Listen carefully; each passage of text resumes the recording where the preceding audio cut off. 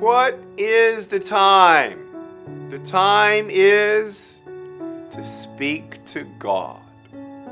You know, I don't know about you, but really believing that God is God and He is who He says He is, and He is the Alpha and the Omega, the beginning and the end. You know, if you're a human being, which is a pretty likely chance you are right now, I don't know about these, Hollywood people about extraterrestrial stuff, but I'm just going to be funny a little bit. Look, this might be a little gross to you, but for real, don't most human beings spend about 15 or 20 minutes on the toilet every day? Don't we? I do, right? I don't know how many minutes, though, we spend with God every day. Is it really that hard to put a Bible next to the toilet? Is it really that hard to listen to a podcast in the car? Is it really that hard to just open up the Word and just read one verse? Is it really that hard to say a 30-second prayer before you leave the front door and say, God, help me to be protected, to know you, and act according to your will today? It's not. It's not. It's actually not hard at all, except for the opponent that we have that makes it a little bit more difficult. You see, there are powers and principalities of darkness that really want to convince you every day that those 30 seconds with God, that one verse from the Bible, that 15 minutes to just reflect upon a situation and asking God for wisdom on things, it's just too difficult. I'm just a little bit too busy, and what is God really going to say anyway kind of arguments in your mind. Isn't it really how it is every day? Let's put those voices to rest, because that voice is not God. God is calling you. While you're waking up every morning, God is waiting to hear from you. While you're looking at the pimples in your mirror and your new freckles and wrinkles, God is saying, hey, let's chat. Let's talk. I want to teach you something. The greatest convincing that the devil does is believing that we don't need to learn anything new today and that we know everything. We don't. And God has a lot more in store for you.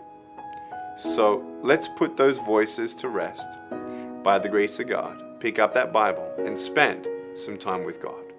My parents were Christian, and I hated God. Hate's a strong word. I hated Him. So why did He give me less? What did I do to deserve that? Kids who pick on me at school, they deserve not to have no arms, no legs. Not me. So I read about this God. This God of love. Yeah, right. God has a plan. Yeah, right. God is not partial. Nope. So it took me a journey. I asked Him why. Why was I born this way? And it was 7 years later, from age 8, telling my mum that I wanted to commit suicide. I was 15 years old, actually, 7 years later, that I read a story in this book, the Bible. And there was a man who was born blind, and no one knew why he was born that way. And I'm like, bing, wow. Pretty similar to something I know of. You will have good days and you'll have bad days, but you will always learn something more or something new, and you will learn more overall on bad days than good days. You will learn more about yourself, you'll learn more about relationships, you'll learn about life and principles, and it'll build your character. If you're a person who wants to, let's say, improve on your character of patience, let's say, don't complain when you're waiting in a line. You ain't going to grow in patience until you're put in a place to wait. It's like you go into a gym and, you're walking through the front doors and, you tell your wife or your husband, I'm going to the gym. You go into the gym and you come in 3 feet and you do a U-turn and you ride out. I went to the gym.